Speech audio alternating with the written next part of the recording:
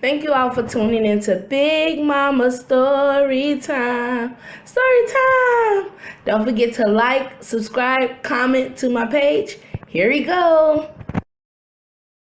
Hi guys, thank you all for tuning into Big Mama Story Time on today. Today I will be reading to you guys a Disney Princess Happily Ever After story again. The next one I will be reading is Beauty and the Beast, Getting to Know You.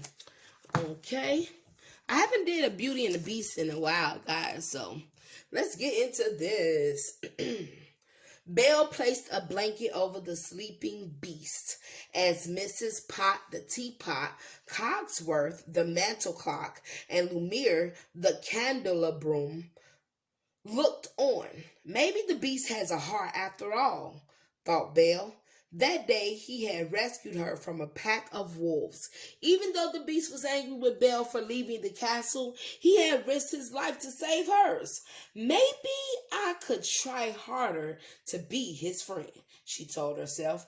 Everyone was hoping that Belle and the beast would fall in love, so the spell cast by an enchantress that had turned the castle's inhabitants into household objects and the prince into the beast would be broken. Then they'd be human again. That night, as Belle sat by the fire reading, Mrs. Potts gathered Lumiere Coxsworth and her son Chip and went to find the beast. He was in the west wing, gloomily staring at the rose the enchantress had left behind. Master, it's such a chilly night, she said. Why not have a nice hot drink in front of the fireplace? I'm sure Belle will love some company. I'm sure she doesn't want my company, the beast grumbled. Now, come along, insisted Mrs. Potts. You never know. Surely it's better than being shut up here all by yourself. Reluctantly, the beast followed. He stomped into the sitting room and settled into a chair. Good evening, Belle said. The beast did his best to smile as he picked up his cup of cocoa. Belle went back to reading until she was startled by a loud slurp. She looked over at the beast, who had a large chocolate mustache on his shaggy face. After a nudge from Mrs. Potts, the beast stopped slurping and slumped in his chair. Mrs. Potts tried to change the subject. Why don't you read to us, dear? She suggested to Belle. All right, replied Belle. She turned to a new story in the collection of fairy tales she was reading. Once upon a time, there was an old woodcutter, Belle began. That sounds boring, interrupted the beast. Perhaps if you were more patient, Belle said, but Mrs. Potts gently interrupted. Is there another story you will tell us? She asked. Belle flipped through the pages until she found a tale filled with fire-breathing dragons and brave knights. The beast sat on the edge of his seat, listening to every word. It pleased Belle to see that the beast enjoyed a good story as much as she did. She also noticed that when he drank his cocoa, he was careful not to slurp. Oh, he was trying to do manners with her, show his manners. The next day, Lumiere and Coxsworth decided to play matchmaker too. What a beautiful day for a walk, Coxsworth exclaimed after breakfast. Belle and the beast looked out the window. It was gray, cold, and windy. Belle looked bewildered. Do you really think so? She asked. What's the point of taking a walk? Challenged the beast. Walking is useful only when you have somewhere to go. But before Belle and the beast knew it, they were bundled up and herded outdoors. There's nothing more romantic than a walk in the snow, said Lumiere dreamily as he watched the two disappear into the woods. The beast and Belle walked along in uncomfortable silence. Then they came to a mud puddle wide and deep. Belle stood there. deciding how to make it across without becoming completely drenched. A gentleman would carry me over, or at the very least, spread his cloak across it, Belle thought, suppressing a giggle at the very idea. Clearly, the beast would do neither. Oh well, here goes, Belle said to herself as she waded across the puddle. Her skirt, coat, and boots were soon covered in mud. Look at the beast just dusting off like, yeah, I'm good. The wind picked up and all at once it started to snow. It looks like a bad storm is coming, the beast warned, looking up at the darkening sky. We'd better get back while we can still see where we're going. Quite unexpectedly, the beast took Belle's hand. Follow me, he commanded, leading her through the blizzard. Belle was relieved when a few minutes later they arrived safely at the castle. Lumiere and Coxsworth were watching. Out the window as the two approached, Belle's hand firmly grasped the beast's paw. How romantic! Exclaimed Lumiere. Lumiere is not what you think. I don't know. A few minutes later, Mrs. Potts and the wardrobe were helping Belle out of her muddy clothes. It looks as if you and the master are getting to know each other better, said Mrs. Potts.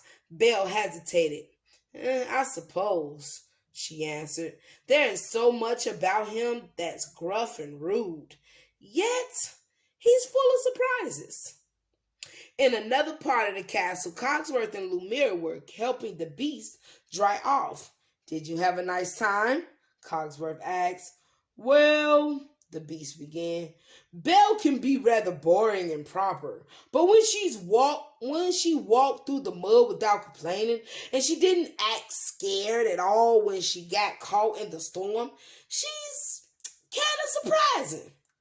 Oh, so you did that on purpose to see if she can deal with that. Okay. Little test. I see.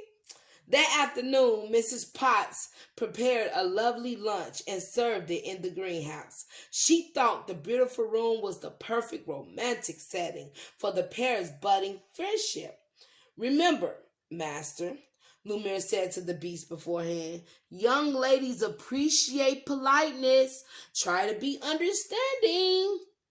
Belle begged Mrs. Potts before Belle went into the greenhouse. The master's manners aren't always what they should be, but he's trying.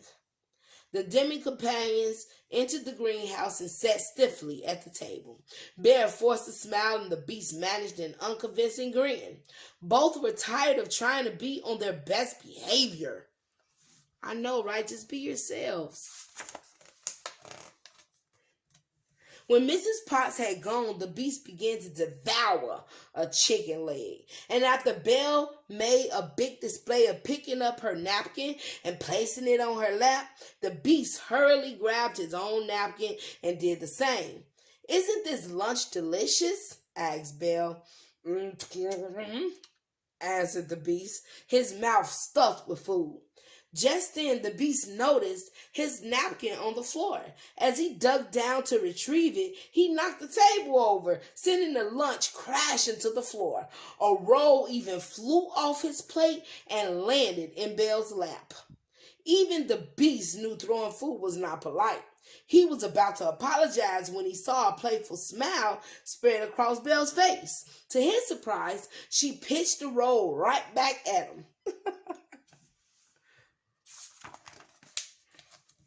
When Mrs. Potts, Lumiere, and Coxsworth came to check on the pair, they couldn't believe their eyes. Food was everywhere. And even more peculiar, Belle and the beast were laughing. What's going on? Coxsworth whispered. He pushed the door open a bit more so they could all get a better look. Maybe they're in love, Lumiere said hopefully. When people fall in love, they always seem to behave a bit strangely. Mrs. Potts smiled knowingly. I think they discovered what we forgot. The real way to make friends is to relax and be yourself. Exactly. That night, Belle and the beast shared a perfectly wonderful dinner. Afterward, Belle patiently taught the beast how to dance. He listened carefully to everything she told him, and soon the two were gliding across the dance floor, in step with each other at last. All right, guys, that is the end of Beauty and the Beast. Getting to know you. All right, guys. Let me close this up. All right, guys, that is the end of Beauty and the Beast. Don't forget to like, share, comment, and subscribe to my page if you haven't done so already. Thank you guys to all my new subscribers. I thank you guys for the comments and everything you leave. I really appreciate the interaction. All right, guys. Thank you all. Bye.